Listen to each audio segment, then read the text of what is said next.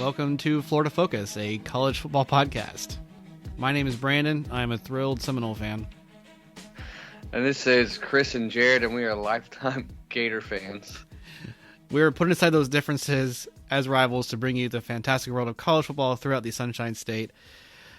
Yes, Florida State's victorious in the Swamp. Man, what a weird, funky game, especially right before halftime. But I'll let you guys kind of get started on what your thoughts are. I know you probably want to be brief, and I'll respect that. But tell me from your side of the game what you saw in the Gators.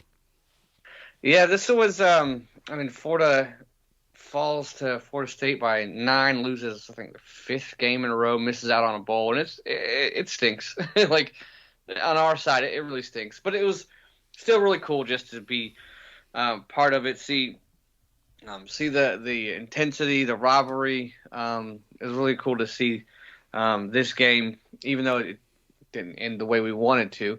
It was pretty special because my son's like 6 and he loves college football, big time fan.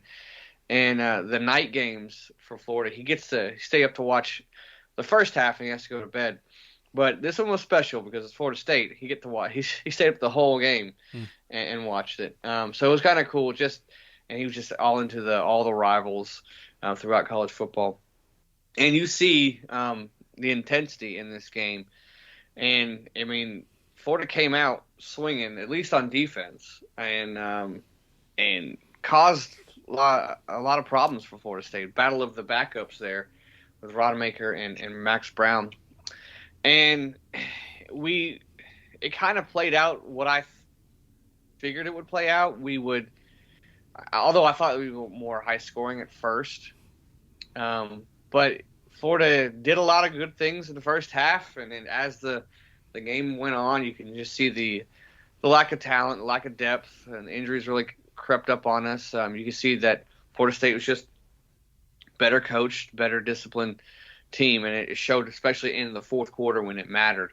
And started off hot on defense, forcing a safety. Florida State makes some mistakes, mental mistakes, especially in the special teams there. We were running the ball pretty effective the first half there, not asking Max Brown to do too much. But as the game went on into the second half there, it was just a little bit too much for Florida State. You could tell that they were a little bit more disciplined, a little bit more used to this. They've been going through these games throughout the whole year where they kind of go back and forth a little bit, but in the end they put their foot on the gas and go ahead there. And, some stats that stick out to you. Max Brown, we didn't expect him to pass a lot, but only throwing 86 yards and a pick. It's not good, but you're not too surprised by that being a first start he has. The ground game was good. Etienne and Johnson were pretty good. Johnson goes over 100 and a touchdown. But in the second half, Etienne goes out with an injury, and it looks like Montrell Johnson went out with an injury at the worst time in the fourth quarter there when it was the closest there. But that's kind of like a microcosm of our season. Just like if it's a tug of war, we'll give you a good fight, but just as the game goes on, we tend to let go of the rope a little bit more and give ground. It was just too much. And I think the thing that really stuck out to me, I think the turning point of the game, and a lot of it, we had all the momentum going, but we just really couldn't separate. We missed a couple of field goals. We really couldn't capitalize as much as we wanted to on Florida State's mistakes. But I think it was towards the end of the second quarter, Florida State's finding a little bit momentum, and I don't know if we stopped them, but like we get a 15-yarder for one of our defensive linemen spitting. And I think that really shifted the game because after that, Florida State goes down and scores. We miss a field goal. They come back with the ball, second half score, and I get the lead. Great that we got the lead back. We responded with a field goal, but it was just too much. But you just kind of felt not all the momentum, but the momentum started to shift after that. And that's kind of just the lack of discipline I was kind of alluding to. Florida likes to find and invent ways to lose games. I mean, it's not as bad as throwing a shoe, but I mean, I'll give him credit. It's new. um, but and he got ejected for it, which is you don't see that out very often. I've never seen But it before. yeah, it was just Florida State was just too much. They were just too. They didn't panic. You could just tell that they had been through this before, and we had plenty of opportunities to extend the lead earlier in the game, and we didn't. And then the injuries hit us late in the game, and Florida State pulled away with the victory. Yeah, so Yeah. Chris kind of touched on that. Jarad, I'll throw it to you. The lack of discipline there, I mean, that didn't seem to be all that common for me for the Gators. It just kind of seemed like a one-off to me. Am I off? Or am I wrong on that? No, I think I would say that you're a little bit wrong on that. I think Florida kind of had some issues. Maybe not necessarily like in the player misconduct region, but definitely like when it comes to player discipline there, as far as like playing within the discipline of the game, with procedural penalties and things like that. That's kind of been an issue for them all year, and you saw that too. There in the third or fourth or whenever it was when they had a chance to get Florida State off the field, you line up off sides. I think that the detail has kind of been missing there for Florida all year long. So, I don't think it was a one-off. I think it was just a culmination, I guess, in maybe the worst possible time. Yeah. Yeah. And then, I mean, you saw them starting off with the Utah game, just the procedural stuff, the mental errors, just kind of like a lot of it points back to coaching, honestly. And it kind of cleaned up middle of the season, but just kind of reared its ugly head at the worst possible time, the worst possible game. And hopefully that's something that we're going to address over the offseason. But, just kind of very frustrating. I'm glad that we didn't just roll over. I mean, and just we actually fought. They were just too much. Florida State was just too much of a good team, and we're not a good team. Like, we have some moments and we have some players, but overall we're not there. I mean, at the end of the game, I mean, I don't know if Jarad, you saw it. At one point we had 4 true freshmen in a defensive backfield, which is good and bad. In the moment, probably not a good thing because it's youth. Good for the future. But for this game, it wasn't good. And it's just, we're not there yet. We're not there. Yeah, Florida State's not a team where you can be down in that way and still win. And not even if you're not even talking about discipline, things like that, which obviously you can't shoot yourself in the foot, to that degree either. But, I mean, you Devin Moore, who played phenomenal, but he's had issues with injuries, his whole career. Only his second year in, obviously, but injuries last year, injury this year, and he did a phenomenal job on Coleman and Wilson there in that first half, and limited both of those players. He was in position a lot, played great, but the moment he goes down, you start giving up those pass plays, right? So, you don't have the depth to lose a guy like Devin Moore, and it showed all year. Like he's been a guy that when he's been out, it's been an issue. Yep. Kudos to Florida State for being able to take advantage of that when he did go out. So, it was like you said, there's just a lot of factors that play. You're not where you need to be from a roster talent standpoint. You're not as talented as FSU was there, and you didn't play more disciplined than them. So if you're not as talented, you have to play a really clean game. Florida obviously not able to do that. I mean, I'm glad you were saying that Florida State didn't panic, and they didn't, but I sure the heck was panicking. 10 yards of offense at the end of the second quarter.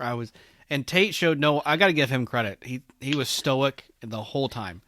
I mean, it takes a safety in the end zone because he gets sacked. He doesn't see any kind of coverage coming toward him. And then we get the ball at our own 10. I was like, whew, we could give another safety up here, or we can give Florida great field position until some things really started to change. And I should have caught on to it, but silly me, I didn't think about it. When Tate was struggling, he was going to go to Johnny Wilson. That should have been what I called a week ago, and I just missed it. Because this is a guy he's had a relationship with for a couple of years now. This was a guy that bailed us out of the Louisville game 2 years ago. So, I mean, or was it last year, excuse me. That makes a lot of sense that he was the guy that kind of pulled us out. Don't even know if Keon had a catch. He got limited really well, like Jarad was saying. It was really his punt return that got us in the game, right? And just kept us putting the pressure on the Gators. But honestly, it was our defense that really won the game for us here. It wasn't a whole lot the offense did to keep us in it or have a lot of momentum. You can point to Trey Benson, excuse me. Cedric Benson was Texas. His 3 touchdowns, which surely did contribute. But it was a defensive line with Fisk, with Jared Verse, with Peyton, with Akeem Dent even really showing up. The defense just put pressure on the Gators the entire night. And aside from a call that I still don't quite understand, Florida just got a touchdown. Other than that, you really hold them to good field position, and they moved the ball for, I think, negative yards in the fourth quarter. Yeah, it was one of those, like, as the game progressed, we got worse and Florida State got better. and I'm not going to harp on our injuries and all that stuff, not making excuses, but like Jarad said, like, we don't have the depth right now. We have some good guys, but when it mattered most, both of our running backs go down. Our best corner, who was playing phenomenal, he goes down. And we don't have that next guy to step up. And it showed. And Florida State, especially like you said on the defensive line, Florida's had a issue just being consistent, having 5 same linemen, O-linemen throughout the whole year. And they did a pretty good job the first half, but as the game went on, it was just too much. You could just tell that Florida State was just better at that. And we're a team all year that we can, aside from like maybe Tennessee, we can give you a good 2-3 quarters. We just cannot give you 4. And we have to figure that out. We have to figure out how to do that. Strength and conditioning, getting talent, portal, more guys buying in. I mean, you're already seeing some coaching changes at Florida. So I like that we're trying. I mean, it'd be silly that if we retained everybody and expected a better result. So I like that we're trying, but it's the issues that were an issue all year were just more glaring this game.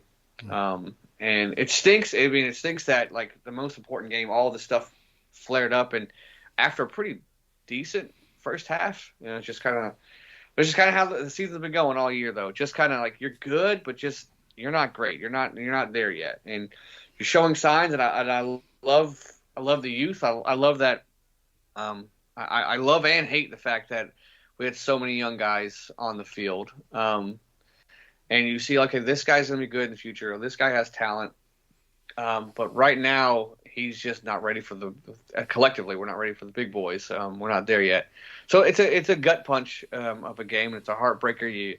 You miss a bowl, and your rivals, going on to the conference championship and maybe even playoffs. So it stinks. But we're still year 2. When I think, and Jarad, get your opinion on this. Two things. Do you think Napier's still the guy? And if so, like, how long do you think he needs? I think he needs 4 years, and after 4 years, then you could say get out or stay.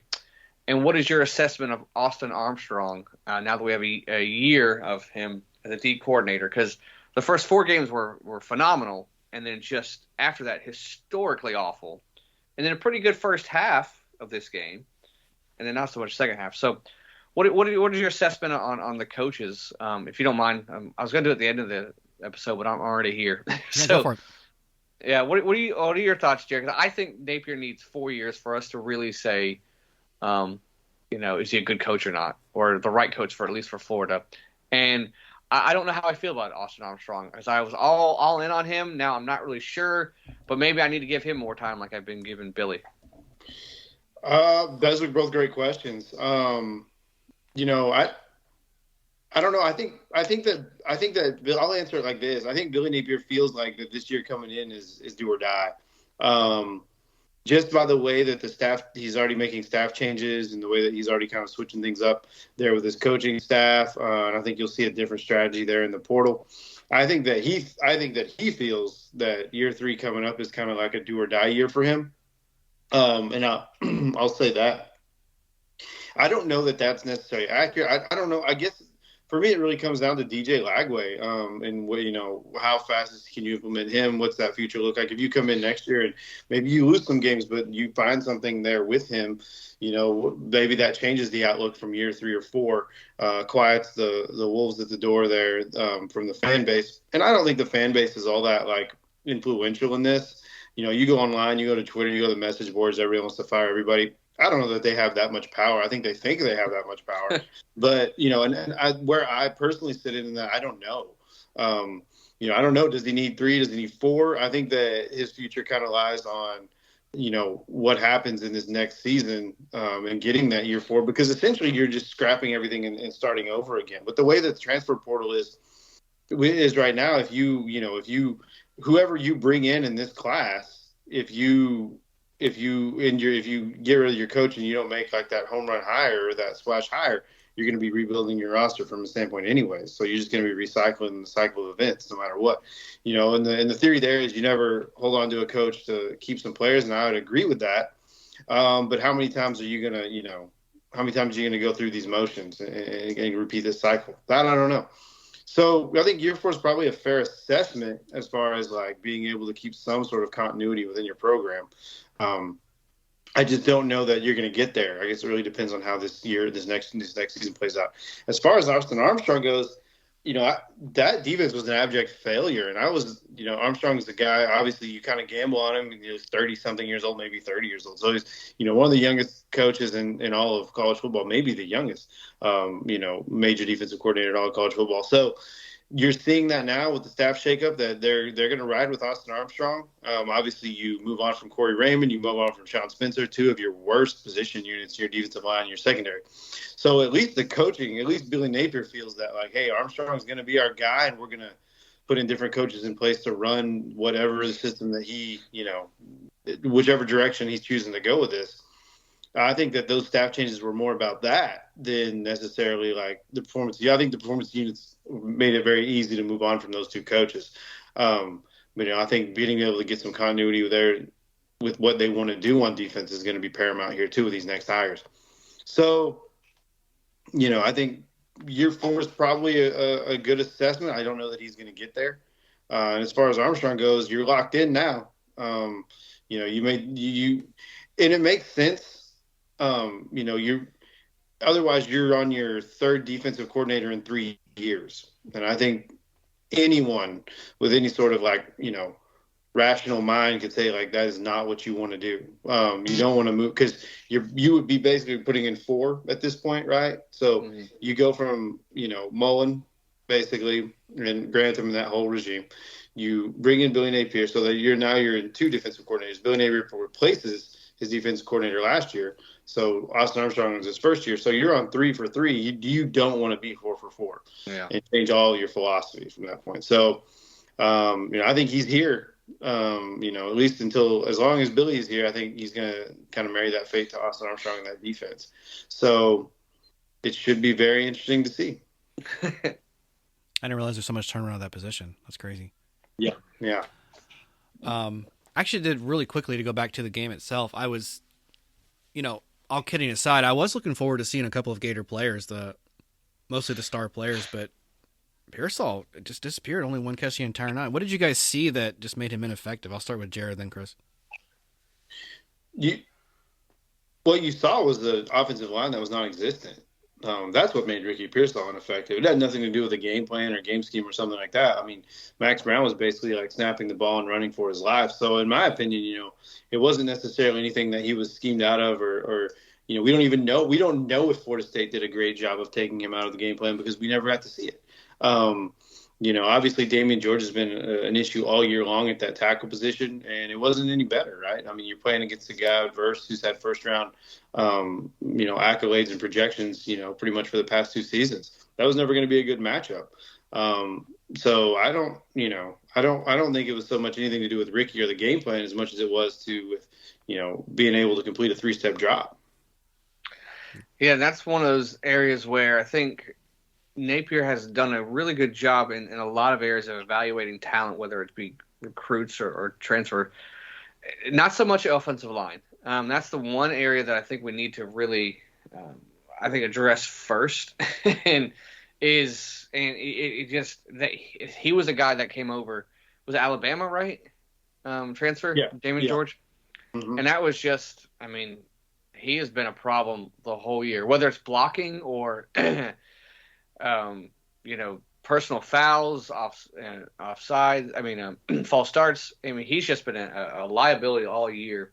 And when you match him against a first round draft pick, it's you get what you thought you're gonna get. And if you remember, Chris, he wasn't supposed to be a starter. Damian George was taken as like a depth piece to fill in, maybe, at either tackle spot, maybe even move to guard. Keontae Goodwin was definitely supposed to be your tackle there. Obviously, he goes through the tragedy of losing his mother and steps away from the program. But so you're inserting a guy that, was kind of a project to begin with, and it was never going to be a good fit. Yeah, you'd hope that, Max Brown being the first start would go to your best receiver more often, but I don't think. Yeah, I mean, Jarad hit it on the head there. He didn't have time. I mean, he just and being a young quarterback, I mean, he's even if he had time, like how well can he go through progressions and all that stuff? We don't know. But maybe with Mertz, he knows how to navigate the pocket a little better and knows how to read, not to panic. Maybe he gets to Ricky more, but with Max Brown, yeah, I mean, it's just you snap the ball. If your first read's not there, run because you're going to have to run. It's probably, it's kind of what he was doing, and that's kind of it stinks. Yeah, you'd like to see Ricky get more involved there, especially the last game. I think he was just, I want to say, like maybe 20 yards short of 1,000, 25, 52 yards.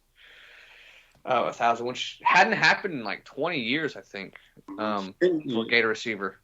If Mertz plays, he probably gets that. But. Yeah, I agree. Yeah. So it's just kind of, it's a combination of a bunch of bad beats, which a lot of teams have bad beats, injuries and stuff like that. But just also when you have injuries at key positions, who's your next guy? The cliche is you're only strong as your weakest link, and we got a lot of weak links, so we gotta figure that out. We gotta figure that out for sure. Hypothetical question here is no wrong answer. I'm gonna put you in Mike Norvell's shoes. Florida State is down by 1. It's early fourth quarter. You have 4th and goal at the 1 yard line. Do you kick that field goal or you go for it? You're down by 1. Or are we down by 2? Yeah, we're down by 1. Yeah. Oh. No, I kicked the field goal because I know that their offense can't score. It's more easy guaranteed, but that's just me. Yeah, I guess depending on how your defense is playing, would really dictate that. Gotcha. That was one of the most surprising moments of the entire game for me, because he's been a guy this entire season that would go for that. I mean, he'd gone for it on our own 40. So for him to lay up there, that's the move I've always been, but I'm also not making $8 million a year. So, and I need to be in the right decision. But I mean, this is still a pretty tough game for us. I really do think that there were a lot of glaring things. You spoke of the offensive line for the Gators. The Noles, we've had our issues for a better part of 2 months now, where we don't even really have the starting 5 that we want. We've had to kind of play musical chairs with probably 3 guys to say, who was it you guys used to say was go-go gadget? Percy Harvin? Hey, we need a run. Hey, we need a catch. Hey, we need a punt return. Yeah. Okay. So it's been like that with our offensive line. We're like, okay, hey, we need you to play left tackle today. Then next week, we need to play you at right guard. And then can you take some snaps at center? It's been really, really funky. And hats off to the coaching staff, because they've gotten it done with mixing and matching a lot of guys, and we still don't have everybody healthy.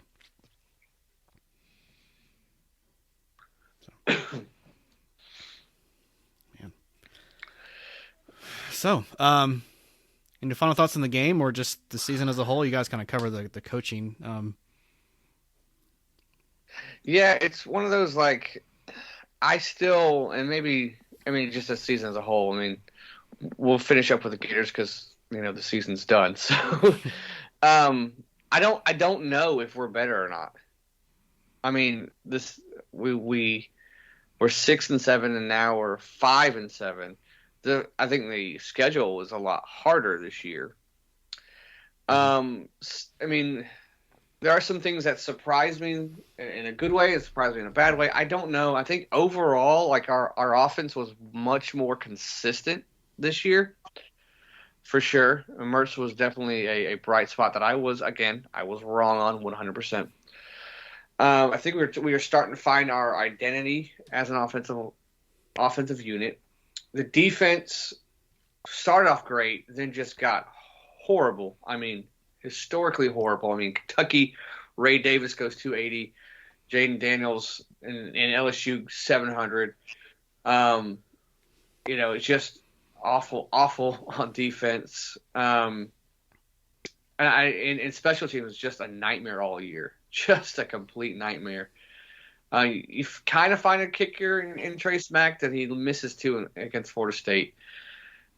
Just a lot of undisciplined plays. There'd be games where, Utah, LSU, where you're trying this play against FSU, the spitting, where you're just head scratchers. And I can't tell. Like, Jarad, what do you? Are we better? Are we the same? Or I just don't know.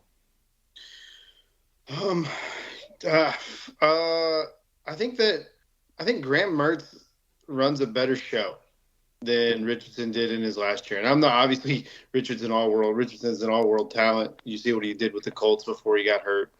But, he's the guy that you had to kind of like put in an air bubble, and you couldn't really do a lot of things with him because of those run injury. And I think you saw flashes of what the offense can be. I know, like, if I know anybody from Gator Nation on Twitter right now would be like roasting me for this take, but I think you saw flashes of how consistent and how effective and how efficient, or how efficient and how effective the offense could be with a guy like Graham Mertz at quarterback. Mm-hmm. It wasn't overly dynamic, but it could get the job done. The tune of 30+ points a game. So from that aspect of it, I think if all things are healthy and you get guys like Osiris Torrance in the building, this offense could be pretty potent. So from that standpoint, I think that it's a little bit better. And with what you have coming in at wide receiver, in Hawkins, and obviously with Wilson coming back, you have a lot of speed that you can put on the field there on the outside, and it should be very interesting to see that. But from a defensive standpoint, man, you have a lot of questions to answer. Can you get a guy in that can develop a talent like Kelby Collins? Obviously you didn't see much progression. I think that's why Sean Spencer's, looking for a job today. Mm-hmm. You have to be able to get guys like Cersei and Collins, be able to get those guys up and going. Obviously, Shamar James was a phenomenal talent, but he got hurt. So even Scooby Williams, you saw what Jay Bateman was able to do in the progression in that linebacker room with mm-hmm. James and Scooby Williams. So you're going to have to find guys that can do the same thing for your secondary and for your defense line. And if you don't, then this team won't be any better than that year one. If you can find some people who can get the most out of a Jordan Castell, who we saw, play really high level for as a freshman. And then obviously, with Jackson, Jakeem Jackson there on the outside as a freshman, and then your Devin Moore continued progression. Can he stay healthy? So if you get guys at Will Norman on the defensive line, if you can get somebody that come in and develop guys like that with that talent, then this team has a chance to be okay and get Napier to that year 4. But a lot of things are going to have to bounce your way between now and kickoff next season. Mm-hmm. Yeah, I think that. And the biggest thing that, Gator fans are harping on is Billy needs a higher offensive coordinator. And I'm like, there are a lot of games where he actually did a good job playing, calling plays there. And you kind of, before Mertz's injury, you kind of saw the identity of who this team could be. So I think they're bigger fish to fry than offensive coordinator. Yeah, special teams coordinator. Teams coordinator would be. Let's hire that guy first before we hire offensive coordinator. Yeah, I like that he's doing some coaching shifts on the defensive end. So I think he's doing good. Like, worry about that stuff first, and then maybe offensive. Because I think, to me, again, like Jarad said, like a lot of the average Gator fan does not agree with this take, but I don't think he really needs to hire an offensive coordinator first. Take care of all the other holes in the boat first, and then address that. And I won't be surprised if we see some names from that offensive side of the staff. Right. I don't think Sale and Stapleton are locked in there as far as like safe. I think Billy Gonzalez was a bit of a drop off right from Carey. I'll forget his last name from your wide receivers coach from before, right? So I think you saw a bit of a drop off there. So I don't know that many of those guys on the offensive staff are necessarily safe either. I would not be at all surprised to see Sailor Stapleton get announced here, in the next week or two is, finding, moving on from them, especially Sale, who, is making quite a bit of money with that co-OC tag. As you start to kind of get into this carousel, some names are going to pop on the board, and I think you're going to have to go get a few of them. So it's this, like I said, I feel like that Napier feels like that this is his make or break year. Yeah. So I wouldn't be surprised at all to see the staff look very differently. Come spring ball. Yeah. What? Just out of curiosity, like, I know that the schedule is going to be brutal next year, at least on paper. Although we do face 2 teams, maybe 3, with have new coaches, but and a lot of games at the Swamp, which helps. But what is the number of games you think that you as a fan would want to see us win? What do you think is maybe just kind of like get them off the hot seat? Is it 7? I think you got to get to 7. 7. Okay. And that schedule is going to be rough to get to 7. I think you could maybe justify 6 and if you win the bowl game, but I think 7's the number you're going to have to hit. If you hit 7 wins with that schedule, people are going to be like, "Oh, okay, I get it. I get it." But again, you're going to have to keep this is all kind of predicated on being able to keep the goodwill, keep your recruiting class together. You're probably going to lose your defensive tackle target, Amaris Williams. He may be the tight end. I can't remember. My mind blank. But you're probably going to lose your other defensive tackle commit, right, to Ohio State. So you're going to have to be able to get some guys in. Can you flip a Jameer Grimsley from Alabama, which is possible. He's visited Florida like 2 times in 3 weeks. He's got another official visit scheduled in December. So that's a very big possibility if you can, flip a Grimsley there. Even with the absence of Corey Raymond, I think Austin Armstrong's his primary recruiter anyways. So, can you go get a couple of guys, replace some of the guys you lost? Maybe it's, a Dalen Evans who's committed to Texas A&M. Maybe you can go and flip him. I don't know that that's possible, but, you never know. So I think that you're going to be able to have to keep the goodwill with the fan base intact. Bringing those guys in, you're going to have to hit the portal and hit a few home runs in the portal. And if you do that, hit on some hires. Maybe it's a Charlie Patridge, defensive line from Pittsburgh. Maybe that's a name that you bring into Gainesville who has some, relatability there and who's had a good unit. I don't know. Well, obviously Patridge struggles as a recruiter. But that's a name that I think fans would want to hear. And they'd be like, oh, okay. So, I think you do a few of those things and you'll probably buy yourself enough goodwill and you get 7 wins, you'll probably be all right. I think they'll move forward with what they see on paper with DJ Lagway. Yeah, I agree. 7 is kind of the number that if we get there, I'll be like, okay, I want to see what you do in year 4. If you're not hitting that 7, I'm like, I don't know if you need it at year 4. That's just kind of in my mind. And yeah, I agree. A lot rides on Lagway on his success.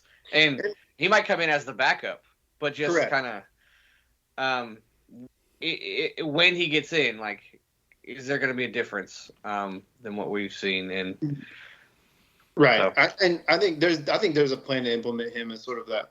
I hate to use the analogy, but I think there's a plan to sort of utilize the Tebow sort of packages with him. Just as much as he's talked about. So I think that there's a plan to do that. But if Mertz coming back is obviously the best case scenario. Like, that's what you want. That's what you need. Yeah. They have an experienced guy come in. Yeah, absolutely. That's what I got for the Gators.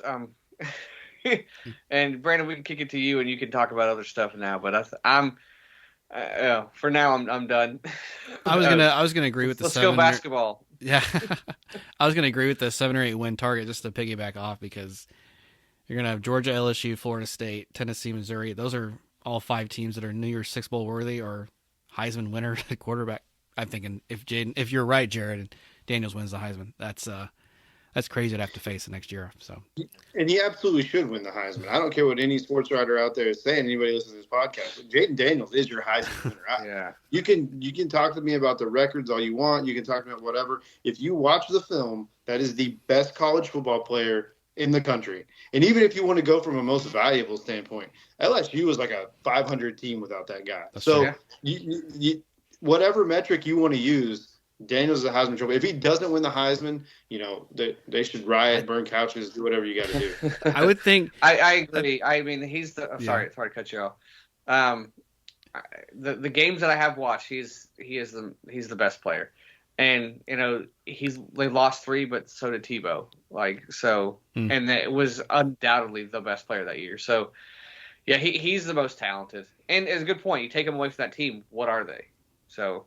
Yeah, that's an offense that had to score 40 every game just to stay in it. And then I think Vegas mostly agrees with you. I think Bo Nix might be a slight favorite right now, but there's still a week left, and that could change. Who knows?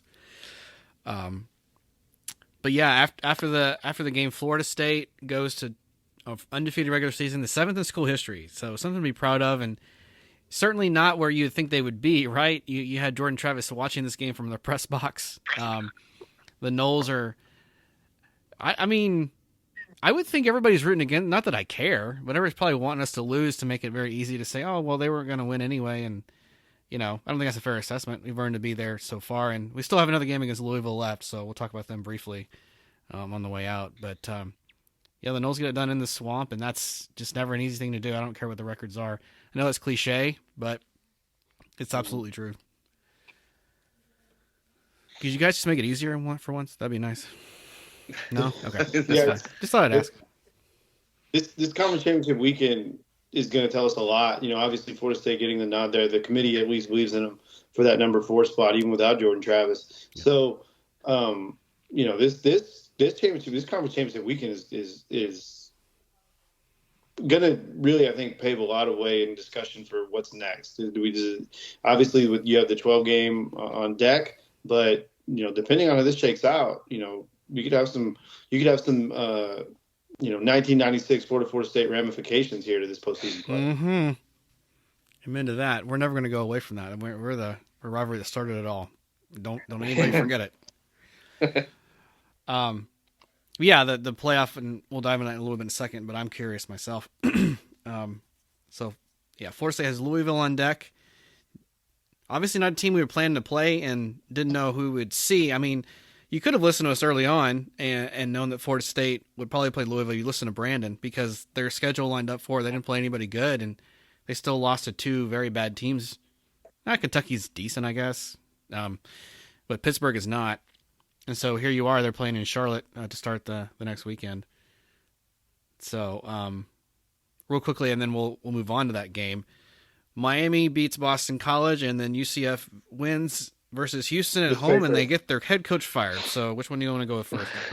Space race. The space. UCF wins the first inaugural space race. Let me go back there. Now I did see an article that someone referred to as Space Wars, which I mean it's not the worst, I will say, but it's not what we thought of. No. So it doesn't rhyme. I don't know if they noticed that. Yeah, space race. Yeah, that rhymes. So congratulations, UCF, space race champions. Both space race champions. Tom Hanks going to be on your campus, so yeah, he'll be there. Look for him. It's going to be exciting. He's hiding somewhere. Indeed. Houston just 4-8 on the season. Not a good performance. Holgerson is out.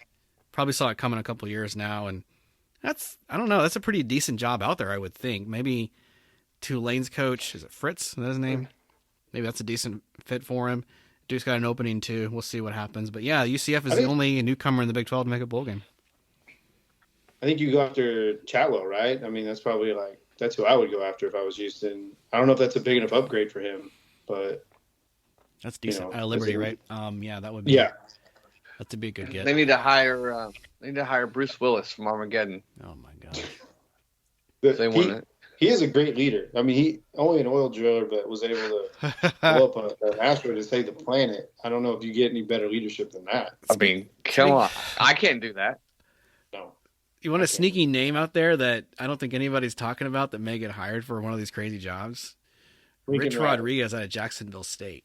Rich Rod. He turned a program around. Now, it's Jacksonville State we're talking about, but they came in. They were supposed to be one of the worst teams in Div 1, and they're probably going to go a bowl, I think. So, I mean, that's a decent fit. I mean, give him a 1 or 2 year run before he retires and runs it back into the ground. I don't know. I like that. It's not terrible. He was at, well, hang How on. much of that? How can I list the schools you were at? He was at, let's see, Michigan, Arizona, Jacksonville State. Are those the 3? West Virginia before Michigan, though, right? Yeah. Pat White, Steve Slayton. Pat White, Steve Slayton. Oh, man, what a team that was. Yeah. So, I mean, it's an interesting. Obviously, he'll probably get some calls, but I mean, how much of this is it's Jacksonville State? Like, Right. Rich Rod should be the best coach in that entire league. Yeah. So, I don't know. I mean, but it is an interesting name. I mean, he's obviously going to field some calls there. So that would be it'd be very interesting for Houston because he has a lot of Power 5 experience and he's had a lot of success. Mm-hmm. It's not really at Michigan, but Yeah. Yep. And then Miami goes bowling. I don't know, pretty decent team. I see that Van Dyke has hit the transfer portal. He's on his way out of Miami, so I don't know what their future holds for him. But they do finish 7-5, and I think we can all agree a couple of games in they definitely should not have lost, and with a season that could have been. As far as concerning Miami goes, and maybe this is a question for Brandon, maybe Chris too, but what percentage would you put at, Florida State, Miami, and UCF all starting transfer quarterbacks who aren't on their roster right now next year? That's a good one. Is there a Jared? You were talking to me about a Utah quarterback maybe goes to UCF. Well, if I'm Gus Malzahn, and Nate Johnson's name is in the portal, it's stupid to not make that call. I mean that he fits exactly what you want to do. He's much more athletic than John Rice Plumlee. He's like a 10 like 200-300 meter guy. I mean he's legitimately fast. There, and you saw what he was able to do in packages in Utah, and Malzahn runs exactly what what he could do. And the good thing is Malzahn doesn't ask you to throw the ball with any sort of accuracy or efficiency. You can just do whatever you want when it comes to passing the ball. That's a really good question, Jared. I'm going to put it above 70%. The one I'm not sure about is Florida State. Like, you may actually have developed. We only saw Brock Glenn against Florida for like 3 plays or something like that. But they seem to think he might be the guy. Stupid mustache and all. So, I mean, there's the decent quarterback room at Florida State. Plus, you got Luke Cromenhoek coming in. He's not going to start his first year, but he may have the talent there. That's the one school I'm not so sure on with the transfer. But UCF and Miami definitely really high. That's going to be interesting to see. Because I don't know much about Florida State's. I mean, what year's Rodemaker? Is he a senior? He's like a third-year junior, something like that. Junior, okay. But you don't think he's going to start? Okay.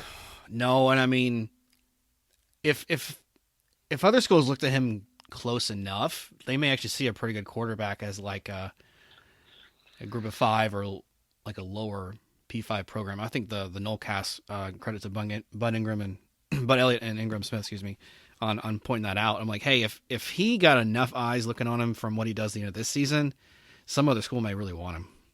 I think he's in the portal no matter what. I think regardless of how it finishes, just from what we've seen, I think he's in the portal because if Glenn's a guy they do want to run with, you're not going to sit around for your last year of eligibility on the bench. That's a very good point. Which is why I kind of was surprised AJ Duffy has hung around. He was a pretty good talent coming in, and he's played almost none. So that was another guy I kind of thought. So maybe I'll up that to like over 80%, Jared, because there may be a chance we lose not 1 but 2 QBs this offseason. Right. Very good point. It's still early. The portal's going to be insane. I mean, even rumors out there that ETN may be looking at the portal. So. Yeah. I mean, look, with NIL, no one is safe, and I mean, that's just it is what it is. You're going to be, and you can say you can hate it, you can love it, but that's the world we live in right now. So you can complain about all you want; it's not going to change anything. No matter what level and who you're with, you're going to look to maximize that profit. And I mean, it's unfortunate that that's what the sport has become, but it is where we're at. Trayshawn Ward was a running back at Florida State last year. He transferred to Kansas State. He announced today he's transferring again. I mean, you don't even know if you're moving with 1 year left. They'd rather take the chance and go somewhere a third time. That's crazy to me. Right. So, but then, and Florida State, that's a team I look to be also very active in the portal. They're losing a lot of guys with that roster. So, they're going to be active in the portal as well. Again, to supplement that as they bring in, their recruiting class now. Norvell was very active there last year, as we saw. Ton of guys coming in.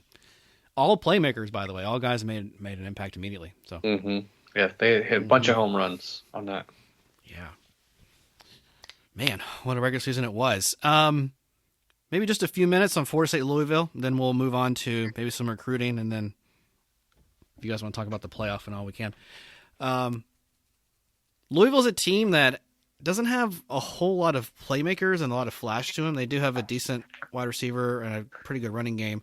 Plummer, their quarterback, he's average, better than average, but they're a tough, gritty team, and they've had some good flashes. They've also had some struggles. They only beat Miami by a late touchdown, and they lost to Pittsburgh, who I've talked about a lot.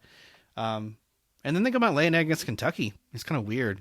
I didn't really see that coming, unless this was a look ahead for them. I'm not really sure. Yeah. But not a team. Also, I think Kentucky's beaten them 3 years in a row.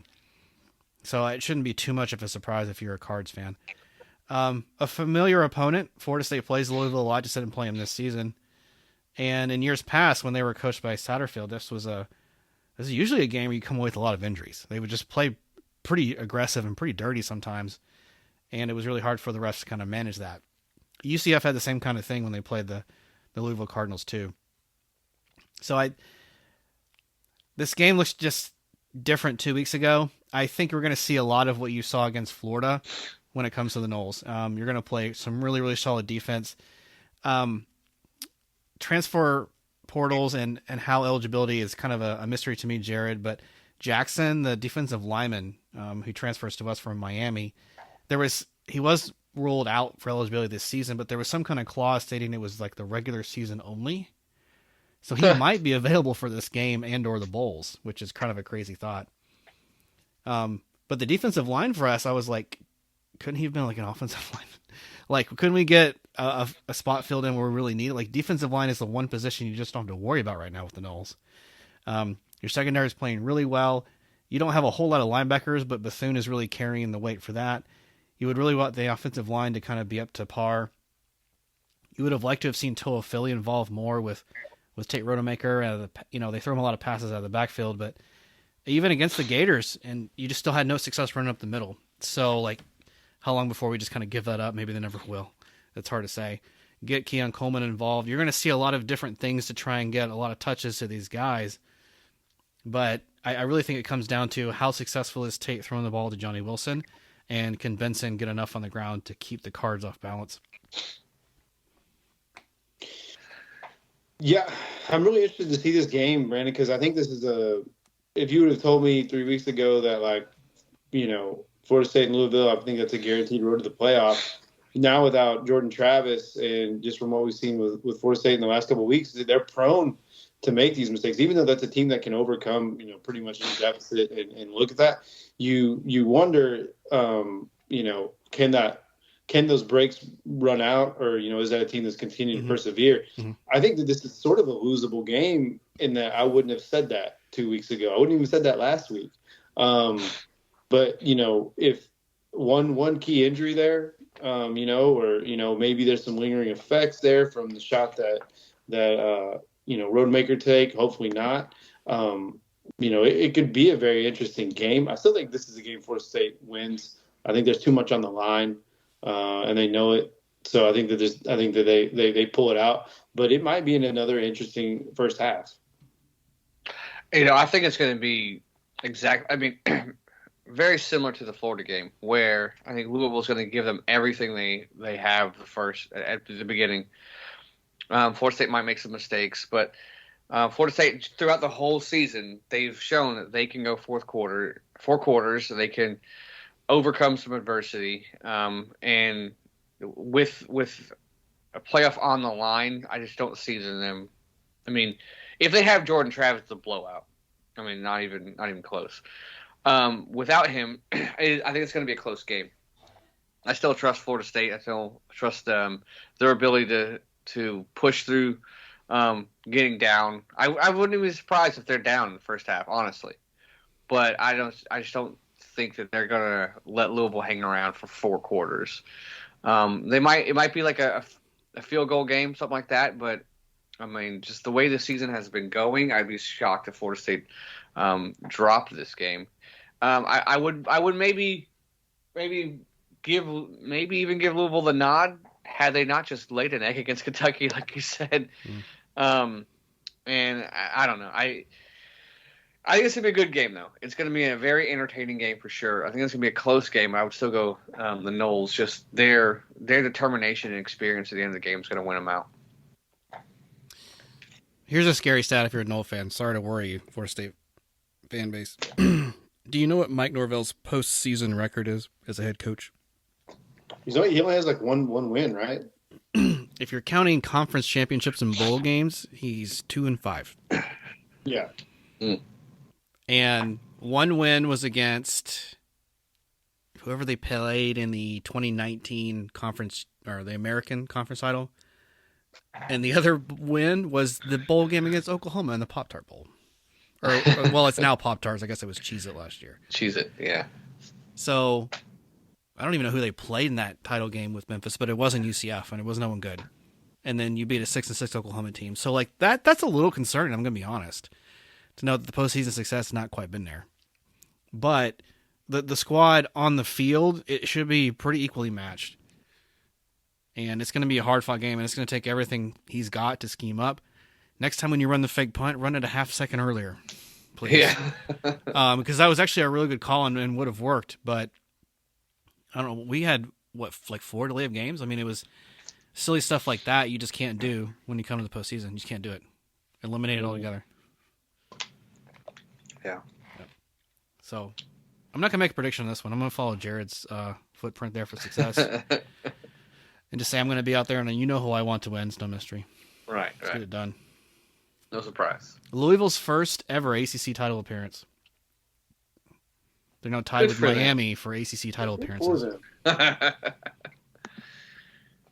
Just out of curiosity, so like, I was surprised by this. Going into the season, we were thinking Florida State was a good chance of being in the ACC title game. Yep. And you're like, is it going to be Clemson, UNC, Miami sneak in there? So it ends up being Louisville. I was very shocked, 1, to see Louisville there, but 2, number 3. Who's ranked 3rd in the ACC? You know what? Is it NC State? It is NC State. Are they the one that snuck up in there? Because they beat UNC last Saturday. Haha. 9-3 ranked. Dave Doran, look at you getting it done on the DL. Yeah. No one catching the Wolfpack. And then after that, it's Georgia Tech and Virginia Tech are tied. And then you have Clemson, North Carolina, Duke, Miami. That's nuts. Crazy. Yeah. What a letdown for the Clemson Tigers this year. But I mean, I'm not surprised. Dabo's terrible.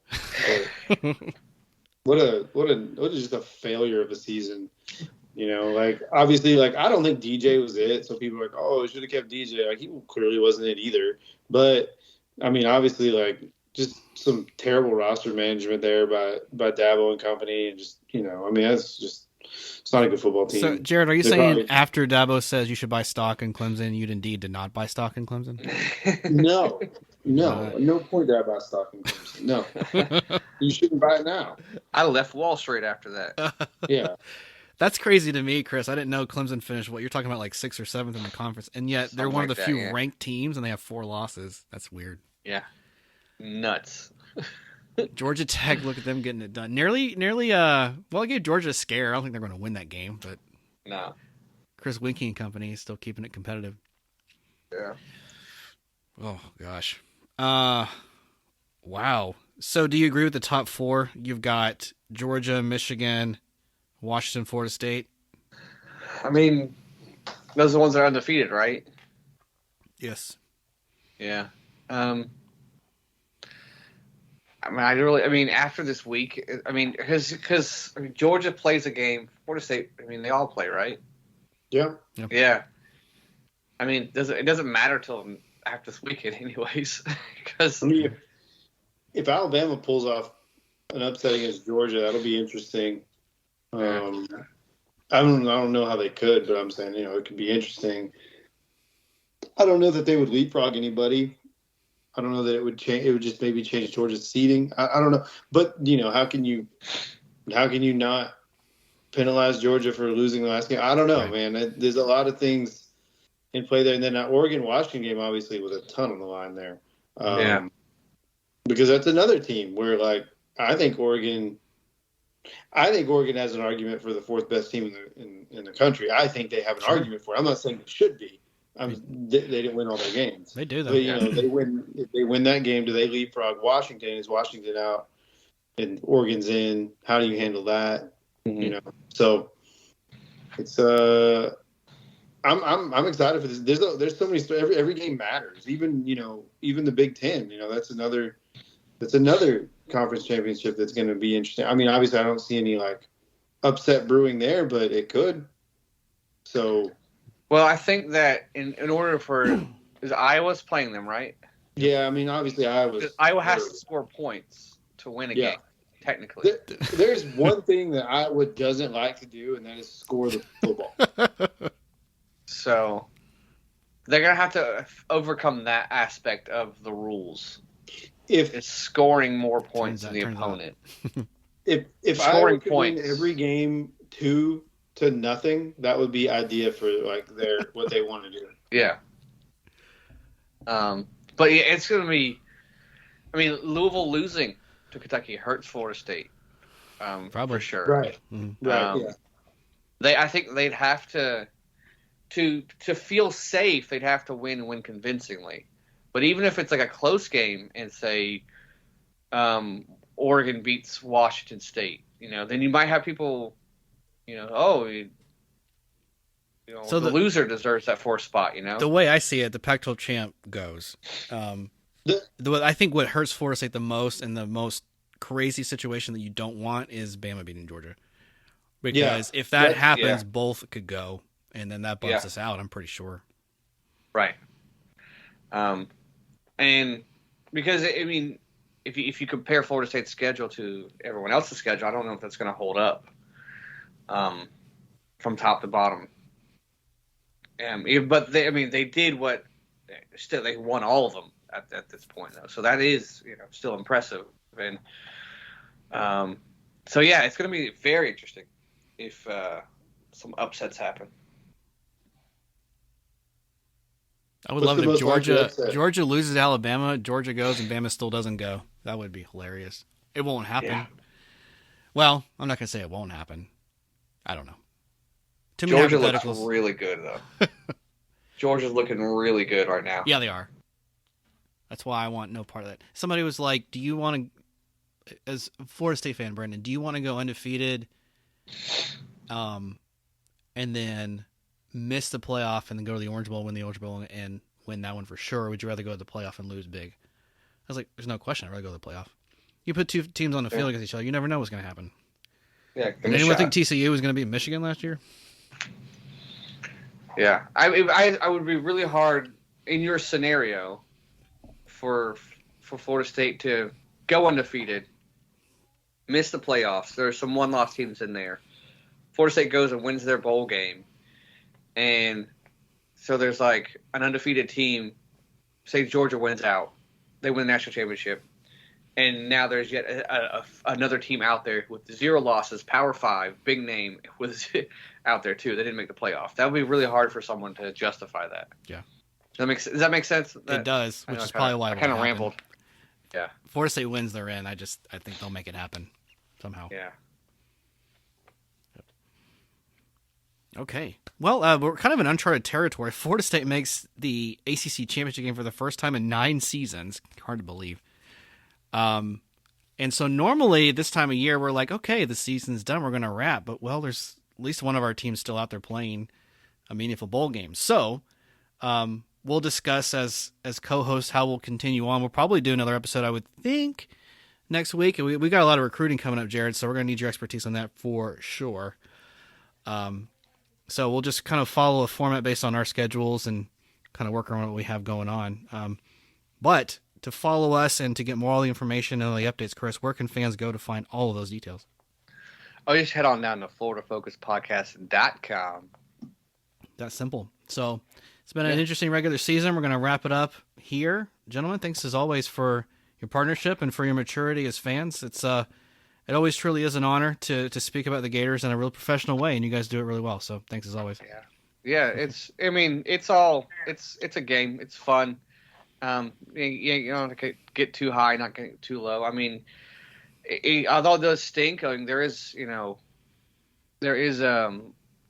some bright side to it. I mean, the Little Debbie Christmas cakes that just came out, so that's always fun. Got a couple of boxes there, so not all is doom and gloom for the Gators, Yeah, so, but it's been fun. Been fun hanging out with you guys. Awesome times. Well, thanks as always to the fans as always, and this is Brandon saying, "Go Noles." This is Chris and Jared. Go Gators.